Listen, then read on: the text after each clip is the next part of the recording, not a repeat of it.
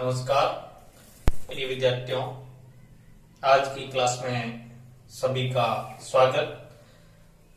आज अपन निकलन विधि से भाग पढ़ेंगे।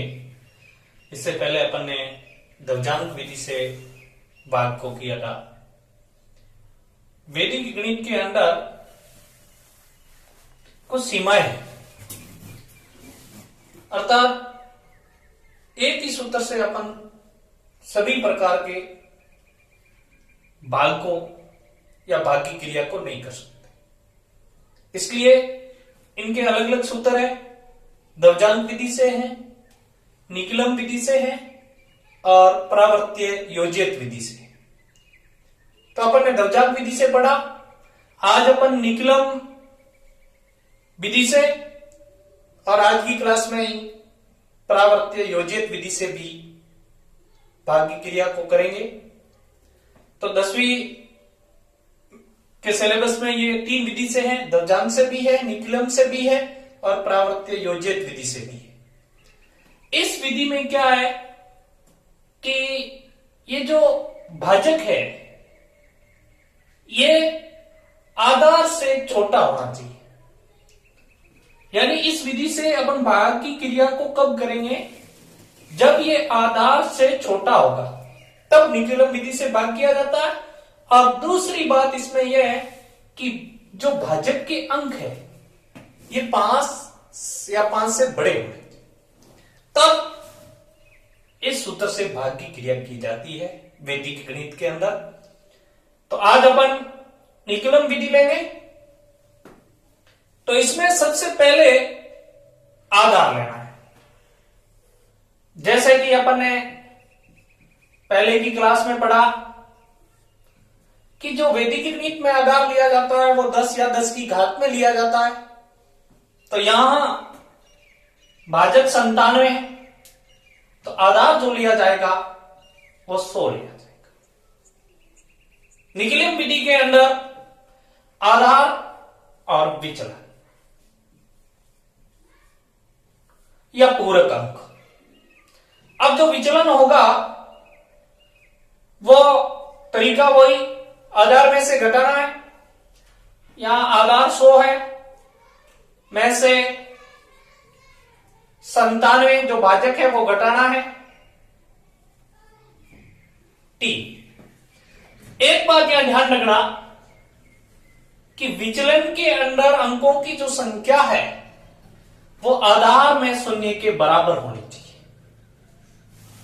बाकी 100 - 97 अपन 3 भी कर सकते हैं, लेकिन मैंने यहां 0-3 लिखा है। क्यों? क्योंकि इस विधि के अंदर विचलन में अंकों की संख्या आधार में 0 के बराबर होनी चाहिए। और इस क्वेश्चन के अंदर जो अपन ने लिया उदाहरण के रूप में, इसका आधार 100 है, इसलिए विचलन में अंकों की संख्या 2 होनी चाहिए। विचलन 3 आ रहा है, इसलिए अपन इसको 0-3 लिखेंगे। आधार और विचलन ज्ञात करने के बाद 3 कॉलम बनाना है, जैसा कि अपन ने द्रव्यांक विधि में पढ़ा वैसे ही इस विधि में भी 3 कॉलम बनाने हैं। प्रथम कॉलम के अंदर सबसे ऊपर भाजक को और भाजक के नीचे पूरक अंक या विचलन को लिखा जाएगा। तीसरे कॉलम के अंदर भाज्य के उतने ही अंक लिखे जाएंगे। ये भाज्य है तो भाज्य के उतने ही अंक लिखे जाएंगे जितने की विचलन में अंकों की संख्या है या आधार में 0 के अंकों की संख्या है। तो यहां 2, तो इसके 2 अंक है वो अपन तीसरे कॉलम में उतार लेंगे। दूसरे कॉलम के अंदर भाज्य के जो बाकी अंक बचे हैं 4 और 5, जैसे अपन ने तीसरे कॉलम में उतार लिए हैं, तो पीछे 1 और 2 बच गए। वो पीछे बचे अंक है उनको या बीच वाले कॉलम में लिख लेंगे और इन कॉलमों को थोड़ा आगे तक बढ़ा दो, थोड़ी जगह नीचे छोड़ के, और एक लंबी लाइन खींच दो। बीच का जो कॉलम है ये जैसे द्वजांक विधि में बढ़ा वैसे ही ये भागफल का रहेगा, और तीसरा जो कॉलम है वो शेषफल का रहेगा। अब इस विधि से भाग करते समय सबसे पहले क्या करना है, अपने को ये बीच के कॉलम का जो पहला अंक है इसको जैसा है वैसा भागफल में उतार दो। एक है तो एक का एक उतार। बहुत ही इजी मेथड है, थोड़ा ध्यान दोगे तो आसानी से समझ जाओगे। सर्वप्रथम आपको क्या करना है कि इसका जो प्रथम अंक है उसको इस लाइन से नीचे भागफल के कॉलम के अंदर उतार दो। जैसे यहां एक है तो एक का एक। फिर जितना भागफल आता है उसको पूरक अंक के साथ में गुणा करना है। तो यहां भागफल आया एक, पूरक अंक क्या है 0 और 3, और 0 3 को 1 से गुणा करेंगे तो क्या आएगा 0 3 आएगा। तो इस 0 3 को आगे वाले अंक के नीचे से उतारना शुरू करना है और इनके अंक के नीचे उतारते जाना है। कैसे उतारेंगे देखो, पहला अंक 0 है तो 2 के नीचे, और दूसरा अंक 3 है तो 4 के नीचे, 5 के नीचे कोई अंक नहीं है तो इस तरीके से आप डैश करते। फिर वही ये जो दूसरी पंक्ति है इसको जोड़ लो। प्रथम पंक्ति कर ली अपन ने, दूसरी पंक्ति है इसको जोड़ लो। 2 और 0 कितने होते हैं 2, तो भागफल में लिख दो 2। फिर वही प्रोसेस, जितने भागफल में अंक आते हैं उनको इस पूरक अंक या विचलन से गुणा करना है। तो 2 और 0 3 का गुणा करेंगे तो क्या आ जाएगा 0 से। इस 0 से को जैसे आपने ये दूसरी पंक्ति का भागफल लिखा है तो इससे आगे वाली पंक्ति के नीचे उतारना शुरू करना है। 0 और 6 को कैसे उतारेंगे, इस पंक्ति के नीचे मैंने ये तीर का निशान इसीलिए किया है कि इसके आगे वाली पंक्ति के नीचे से लिखना शुरू करना है। तो 0 और 6 को या पहला अंक 0 दूसरा 6 इस तरीके से उतार लेंगे। ये उतारने के बाद जैसा कि मैंने कहा द्वजांक विधि में, या अभी मैंने कहा कि ये तीसरा जो कॉलम है ये शेषफल का है। अपन तीसरे कॉलम में आ गए, बीच के दोनों कॉलमों को अपन ने सरल कर लिया है तो तीसरे कॉलम में आ गए। तो तीसरे कॉलम का जो मान है वो शेषफल है। जोड़ लो, इनको सरल कर लो। 5 और 6 11, 11 का 1 हासिल के 1, और 4 3 7, 7 और 1 हासिल 8। तो ये 81 है, ये क्या बन जाएगा शेषफल बन जाएगा। ध्यान रखना है यहां थोड़ा कि शेषफल कभी भी भाजक से अधिक नहीं होना चाहिए।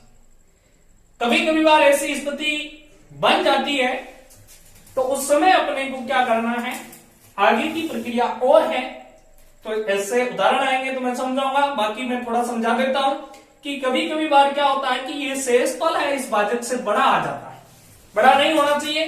तो उस समय अपने को जितना जो शेषफल आता है उसके अंदर साधारण भाग करना है, और भाग देना जितने भागफल आते हैं वो उसमें ऐड कर देंगे, और जो संख्या आएगी उसको इस शेषफल से घटा लेंगे, और वो लास्ट में जो आएगा उसको अपन आंसर के रूप में लिख लेंगे। तो इस तरीके से निकलन विधि से ये भाग की क्रिया करनी है। बहुत ही इजी मेथड है। एक दो उदाहरण अपन और लेंगे और इस विधि को आसानी से आप समझ जाओगे। कोई ज्यादा इसमें है नहीं। द्वजांक विधि थोड़ी लंबी है लेकिन ये निकलन विधि शॉर्ट ही है। आगे एक दो उदाहरण और लेते हैं। दूसरा उदाहरण 311 में 8 का भाग देना है। तो यहां भाजक है 8 और भाज्य है यहां 311। तो पहले उदाहरण में जैसे अपन ने समझा, इस विधि में सबसे पहले आधार लेना है। तो भाजक क्या है 8, तो 8 भाजक है तो आधार क्या बन जाएगा 10। फिर इसका पूरक अंक निकालना है या विचलन जिसको कह दे, एक ही बात है विचलन कहो या पूरक अंक कहो। 10 माइनस 8 बराबर 2। मैंने कहा पहले उदाहरण में कि यहां पूरक अंक या विचलन में जो अंकों की संख्या आती है वो आधार में शून्य के बराबर आती थी। पहले उदाहरण में अपन ने जैसे समझा कि वहां संख्या भाजक था वो 97 था, तो विचलन निकालने पर 3 आ रहे थे लेकिन आधार 100 था, इसलिए अपने अंकों को बराबर करने के लिए आगे 0 लिखा। लेकिन यहां आधार में शून्य 1 और विचलन में भी अंक 1 बराबर है, तो आगे 0 लगाने की जरूरत नहीं। इस बात का विशेष ध्यान रखें। और दूसरा स्टेप इसका 3 कॉलम बना लो। पहले कॉलम में वही ऊपर भाजक लिख लो और नीचे इसका पूरक अंक लिख लो। तीसरे कॉलम में आधार में जितने शून्य हैं भाज्य के उतने ही अंक, और बीच वाले कॉलम में जो भाज्य के पीछे जो अंक रह गए हैं उनको उतारो और नीचे एक लाइन खींच दो। दूसरा कॉलम भागफल का और तीसरा कॉलम शेषफल का। भाग करने की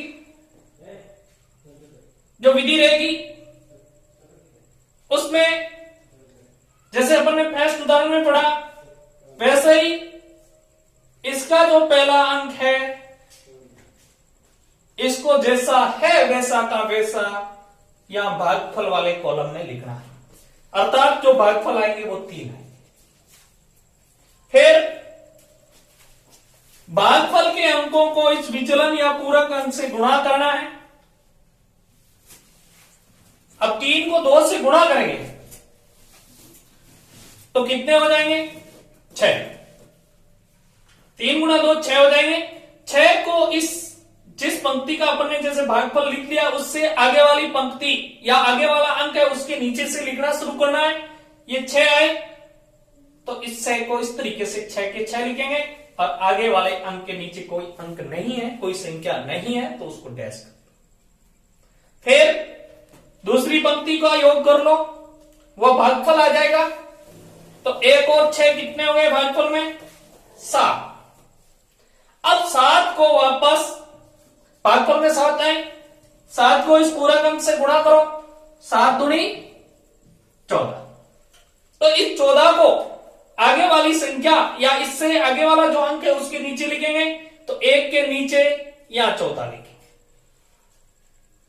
अब ये जो शेषफल बन जाएगा, क्योंकि मैंने कहा कि ये तीसरा जो कॉलम होता है ये शेषफल का होता है और इसमें आते ही भाग की क्रिया पूरी हो जाती है, शेषफल बनता है 14 + 1 15।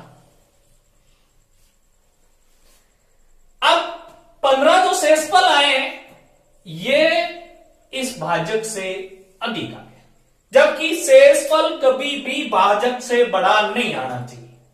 तो यहां आगे एक प्रक्रिया और करेंगे, तो उसमें क्या करेंगे कि जो शेषफल आया है उसमें अपने को इस भाजक का भाग देना। एक स्टेप इसका आगे और होगा जो कि पहले उदाहरण में नहीं किया, क्योंकि पहले उदाहरण में ये शेषफल है वो भाजक से छोटा आ गया तो वहां भाग पूरा हो गया, लेकिन यहां ये भाजक से बड़ा आ गया है, अधिक आ गया मान, तो इसका भाग देना है।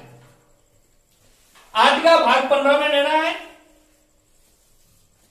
एक बार रहेगा तो यहां इस भागफल में प्लस का 1 करना है और एक बार भाग देने पर ये कितने हो जाएंगे 8, तो इसको इस शेषफल में से माइनस कर।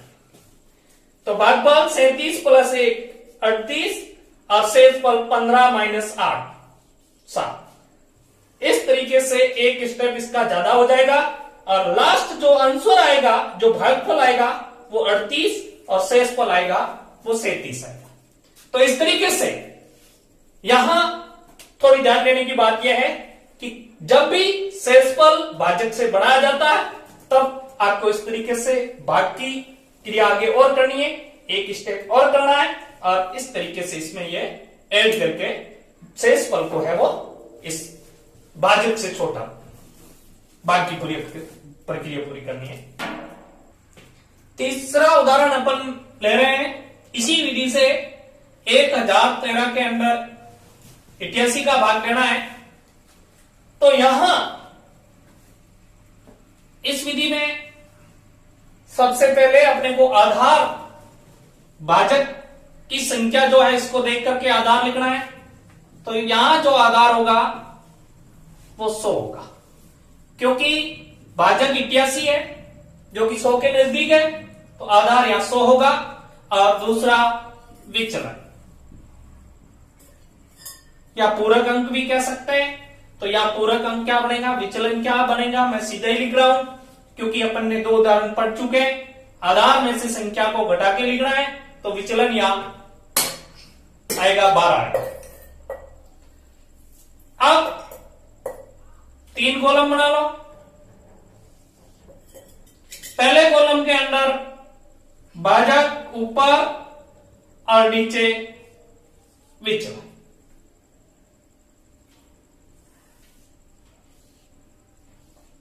तीसरे कॉलम में भाज्य के उतने ही अंक जितने आधार में शून्य है, तो आधार में शून्य 2, तो भाज्य के इकाई की तरफ से 2 अंक को आप तीसरे कॉलम में उतार लोगे और पीछे बचे अंकों को बीच वाले कॉलम में उतार लेंगे। इस तरीके से ये 3 कॉलमों में भाजक और भाज्य को लिखने का तरीका। अब इस तरीके से लिखने के बाद भाग की क्रिया शुरू करनी है। जैसा कि आपने फर्स्ट और सेकंड उदाहरण में समझा पढ़ा, तो उसी तरीके से भाज्य का जो प्रथम अंक है उसको जैसा है वैसा का वैसा इस भागफल वाले कॉलम में लिखना है। तो भाग की क्रिया में आप देखोगे जो प्रथम भागफल आएगा वो 1 आएगा।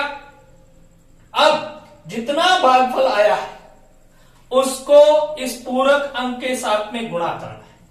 तो यहां भागफल क्या आया, 1, पूरक अंक क्या आया 12, तो 1 और 12 का गुणा करने पर क्या आएगा 12। इस 12 को यहां से लिखना शुरू करना है, अर्थात इस 12 का जो प्रथम अंक है वो इस 0 के नीचे, दूसरा अंक इस 1 के नीचे।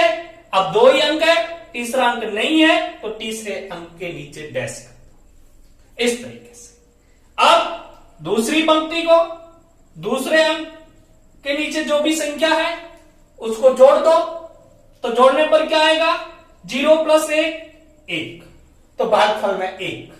वही प्रक्रिया, जितना भागफल आया उसको पूरक अंक से गुणा करोगे, तो 1 को 12 से गुणा करेंगे तो 12। अब 12 कहां से लिखना शुरू करेंगे, ये जैसे अपन ने इस पंक्ति का लिखा भागफल में, तो इस पंक्ति के नीचे से लिखना करेंगे शुरू। पहला अंक 1 और दूसरा अंक इसके नीचे। इस तरीके से अपन तीसरे कॉलम में आ गए, अर्थात तीसरा जो कॉलम है ये किसका है, शेषफल का। तो यहां जो आएंगे इनको सॉल्व करने पर वो शेषफल होंगे। सॉल्व कर लो, 3 और 2 कितने 5 और 4, तो 45 इसका शेषफल हो जाएगा और 11 इसका भागफल हो जाएगा। शेषफल भाजक से छोटा, तो भाग की प्रक्रिया पूरी। और यदि ये अधिक हो जाता है तो एक स्टेप आपको, जैसा मैंने दूसरे उदाहरण में समझाया, वैसे आगे की भाग की क्रिया करके पूरा करना है। लेकिन यह शेषफल पहले से ही कम आ गया तो आगे का स्टेप नहीं करना है, या भाग की प्रक्रिया वो पूरी हो जाए। तो इन 3 उदाहरणों से निकलन विधि को आप समझ गए होंगे। तीसरी जो विधि है भाग की, वो है प्रावर्त्य योजित विधि। इसकी भी कुछ सीमाएं हैं। तो इस विधि से जो भाग किए जाते हैं उनके जो विचलन के अंक है वो 5 या 5 से छोटे होने चाहिए। अर्थात विचलन के अंक या विचलन 5 से छोटे होते हैं तो उस प्रकार की संख्या का ही अपन इस सूत्र से भाग कर सकते हैं। इस विधि में सबसे पहले जिस तरीके से निकिलम के अंदर आधार लेना होता है उसी तरीके से यहां भी आधार लेना है, और वो आधार लेना है वो भाजक को देख करके लेना। या भाजक 103 है तो ये 100 के नजदीक है, इसलिए यहां आधार 100 होगा। फिर यहां जो विचलन निकलेगा उसको परावर्तित अंक बोलेंगे। इस विधि के अंदर विचलन है वो परावर्तित अंक कहलाता है।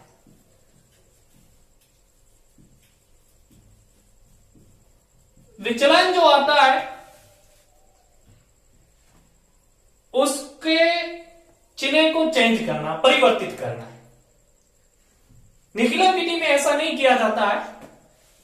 दोनों विधियों में यही बड़ा अंतर है कि निकिलम विधि में जो विचलन होता है वो हमेशा प्लस में होता है, लेकिन इस विधि के अंदर विचलन जो आएगा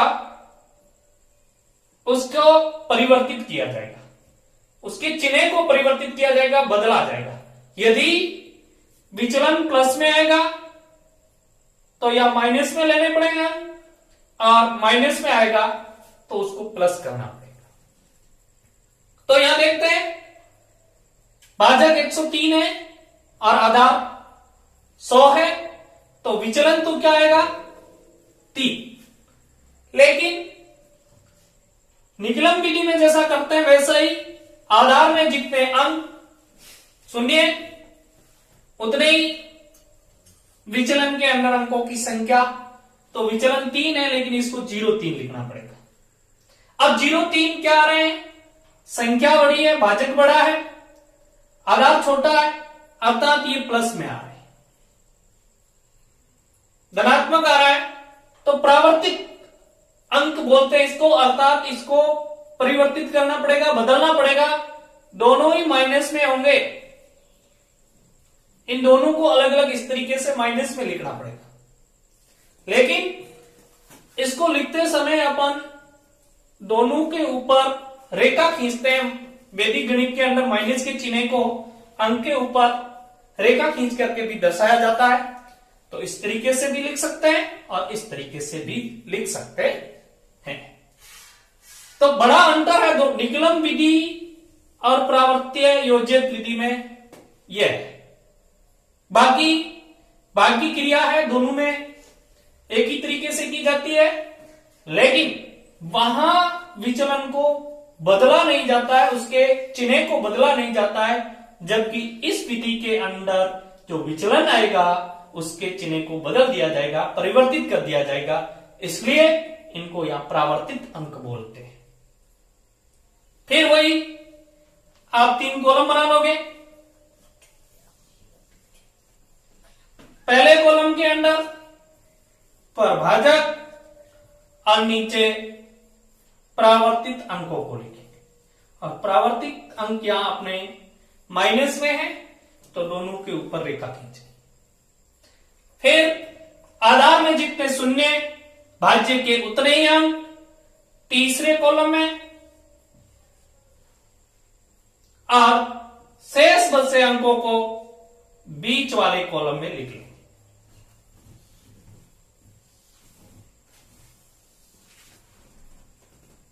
निकिलम विधि में जो तरीका है वो का वो यहां पहला जो अंक है उसको जैसा है वैसा भागफल वाले कॉलम में लिख लो, अर्थात जो भागफल आएगा वो 1 आएगा। निकिलम विधि में जैसा करते हैं भागफल को पूरक अंकों से गुणा करते हैं, वैसे ही यहां भागफल को परावर्तित अंक के साथ में गुणा करना है।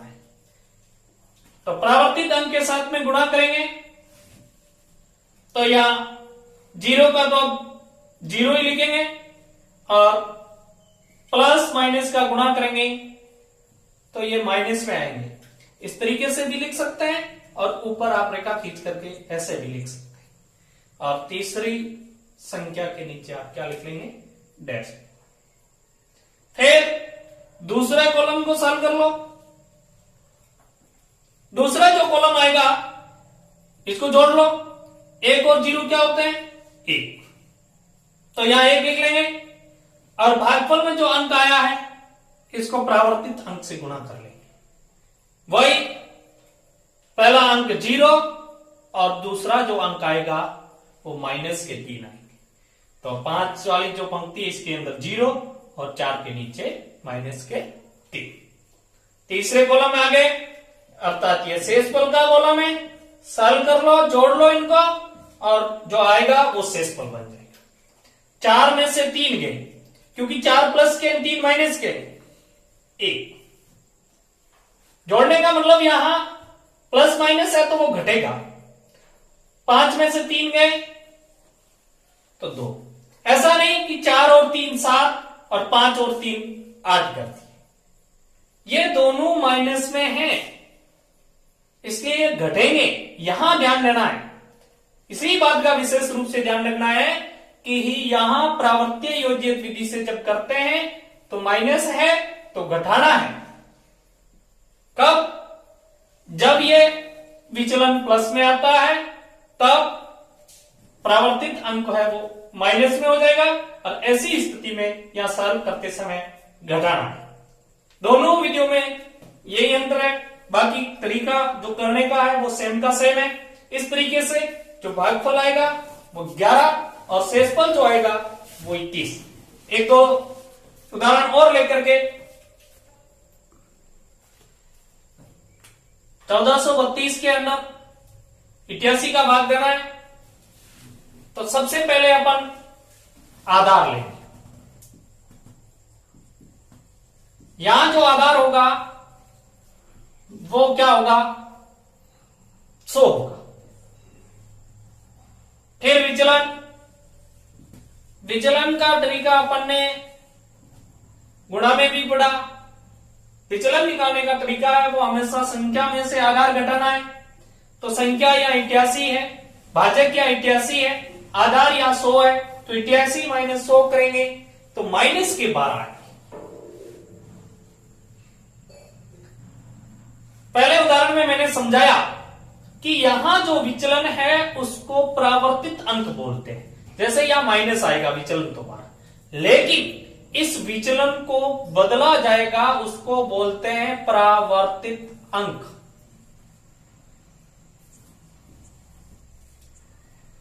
परावर्तित अंक। और परावर्तित अंक में क्या करना है? मैंने कहा कि विचलन यदि माइनस में आता है तो उसको प्लस में करना है और विचलन यदि प्लस में आता है तो उसको माइनस में करना है। पहले अपन ने उदाहरण में लिया तो उसमें विचलन जो आया था वो प्लस का आया, अपन ने उसको माइनस किया और यहां विचलन माइनस के आ गए तो इसको अपन प्लस में बदल देंगे। तो दोनों अंक प्लस में हो जाएंगे 12। और ध्यान रखने की बात दूसरी है, आधार में जितने शून्य उतने ही अंक परावर्तित अंक में होने चाहिए। तो यहां आधार में शून्य 2 और परावर्तित अंक में भी अंक 2 तो बराबर है, तो आगे 0 लगाने की जरूरत नहीं है। फिर वही तरीका आगे की प्रक्रिया करनी है। 3 कॉलम, एस कॉलम के अंदर ऊपर भाजक को लिखा जाएगा, नीचे परावर्तित अंक को लिखा जाएगा, विचलन को नहीं लिखना है। विचलन जो आता है उसको बदलते हैं तो वो परावर्तित अंक कहलाता है। परावर्तित अंक लिखना है इसमें 12। आधार में शून्य 2 तो भाज्य के 2 अंक तीसरे कॉलम में लिख लेंगे। पीछे जो बचे अंक हैं भाज्य के उसको बीच वाले कॉलम में लिखें।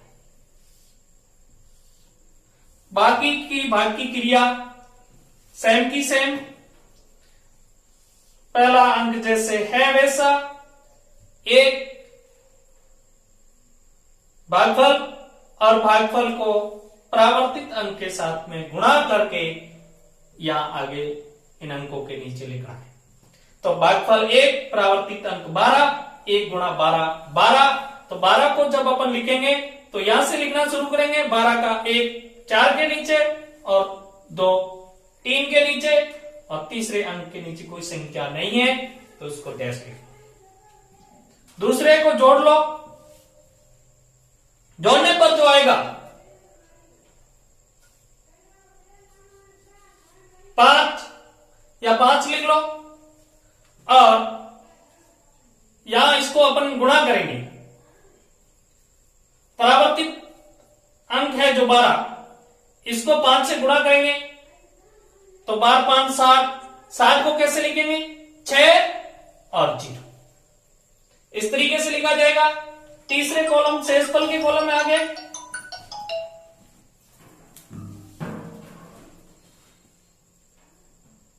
तीसरे कॉलम शेषफल के कॉलम आए तो इनको अंकों को जोड़ लेंगे 2, और ये हो गए 6 2 8 3 11, 112। शेषफल 112 जबकि भाजक 88। निगलम मेथड में अपन ने जैसे पढ़ा वैसे ही इसमें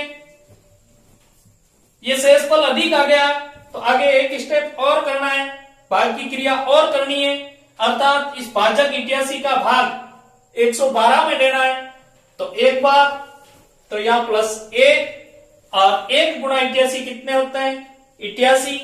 एक बार भाग दिया, भागफल को इस भाजक से गुणा करना है तो 1 गुणा 88, 88 या माइनस के 88।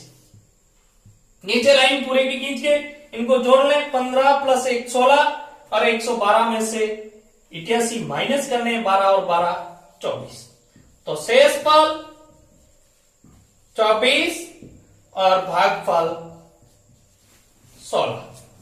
इस तरीके से ये भाग की क्रिया की जाएगी। तीसरा उदाहरण अपने सामने, जिसको अपन परावर्ती योजित विधि से करेंगे, जिससे आपके ये विधि है क्लियर हो जाएगी। तो सबसे पहले जो करना है वो भाजक देख करके आधार लेना है।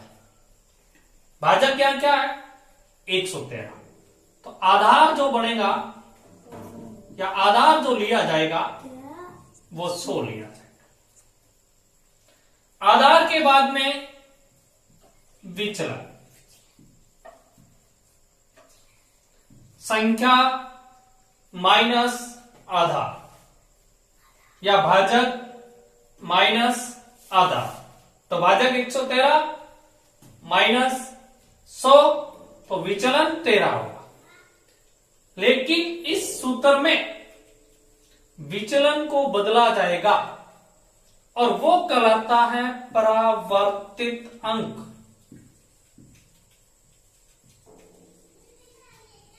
परावर्तित अंक जैसे मैंने पहले और दूसरे उदाहरण में समझाया कि विचलन जैसे प्लस में आता है तो इसका परावर्तित अंक होगा उसके दोनों अंक माइनस में लेने हैं, और विचलन यदि माइनस में आते हैं तो परावर्तित अंक के दोनों अंक प्लस में लेना है। माइनस है तो प्लस करना है, प्लस है तो माइनस करना है, बदलना है।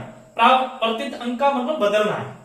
तो यहां विचलन किस में आया प्लस में, तो इसका परावर्तित अंक क्या बन जाएगा माइनस। अर्थात माइनस को इस वैदिक गणित के अंदर इस तरीके से भी लिखा जाता है, यानी दोनों अंक के ऊपर आप एक रेखा खींच करके भी माइनस के चिन्ह को दर्शा सकते। तो यहां परावर्तित अंक बनेगा माइनस के 13। लिखने का तरीका, भाजक और भाज्य को जो लिखा जाएगा वो 3 कॉलम में लिखा जाएगा। पहले कॉलम के अंदर भाजक 113 ऊपर और नीचे परावर्तित अंक। दूसरी बात यहां ध्यान रखने की, परावर्तित अंक में अंकों की संख्या आधार में 0 के बराबर, आधार में 0 2, तो परावर्तित अंक में भी अंकों की संख्या 2 बराबर है तो कुछ नहीं करना है, और यदि ये बराबर नहीं होते हैं या अंक कम होते हैं तो इसके आगे 0 लगाना है। 0 लगा करके अंकों की संख्या बराबर करनी। तीसरे कॉलम में आधार में जितने 0 उतने ही अंक इकाई की तरफ से भाज्य के, और बाकी बचे भाज्य के अंक को बीच वाले कॉलम में इस तरीके से लिख लेंगे। लिखने के बाद आगे भाग की क्रिया शुरू करेंगे। जैसा अपन ने निकलम विधि से पढ़ा, जैसे अपन ने प्रावर्तीय योजित विधि से 2 उदाहरण समझे, उसी तरीके से ये करना है। भाज्य का जो प्रथम अंक है उसको जैसा है वैसा का वैसा भागफल वाले कॉलम में लिखना है। तो यहां भाज्य का जो प्रथम अंक 1 है, तो भागफल का प्रथम भी अंक भी क्या आएगा 1। भागफल जितना आता है, भागफल यहां क्या आ गया 1, तो भागफल जितना आता है उसको परावर्तित अंक से गुणा करना है। परावर्तित अंक से गुणा करेंगे, इसका मतलब ये माइनस है, तो 1 प्लस का है ये और ये 1 माइनस का, प्लस माइनस 1 का गुणा करेंगे तो 1 माइनस का है, तो इस तरीके से लिखेंगे। और ये प्लस का है, ये माइनस का है, इन दोनों का गुणा करेंगे तो माइनस आएगा और 1 गुणा 3 3 आएगा। तो ये जो संख्या आई है इसको यहां से लिखना शुरू करना है, दूसरे अंक के नीचे से, और यूं लिखते जाना है। तो पहला अंक 3 के नीचे, दूसरा अंक 5 के नीचे, और तीसरे अंक के नीचे कोई संख्या नहीं है तो डैश लिख देंगे। दूसरा जो अंक है 3, इसके नीचे जितनी भी संख्याएं आ रही है इसको जोड़ करके लिखना है। तो 3 प्लस के हैं, 1 माइनस के हैं। तो प्लस और माइनस जब अलग अलग चिन्ह में संख्या होती है, अर्थात असमान चिन्ह होता है, तब हमेशा बाकी की जाती है, घटाया जाता है। तो 3 माइनस 1 होगा, तो भागफल जो आएगा वो 2 आएगा। अब जितना भागफल आया परावर्तित अंक के साथ में गुणा करना है। तो ये 13 माइनस के हैं और 2 प्लस के हैं। अलग अलग अंक के साथ में अपन गुणा करेंगे तो 2 1 का गुणा करेंगे तो माइनस के 2, और 2 को 3 से गुणा करेंगे तो माइनस के 6। इस तरीके से 26 माइनस के आएंगे। लिखने का तरीका 2 और 6, इस तरीके से ये लिखा जाएगा। और लिखने के बाद अपन तीसरे कॉलम में आ गए। तीसरा जो कॉलम होता है वो शेषफल का होता है। तीसरे कॉलम में जो मान आएगा वो शेषफल होगा। सॉल्व कर लो। 8 प्लस के हैं, 6 माइनस के हैं, तो पीछे रहे 2, 5 प्लस के हैं, 3 माइनस के हैं, 2 माइनस के हैं। सॉल्व करने पर आ जाएगा 0, अर्थात माइनस के भी 5 और प्लस के भी 5। तो इस तरीके से इस सूत्र से जो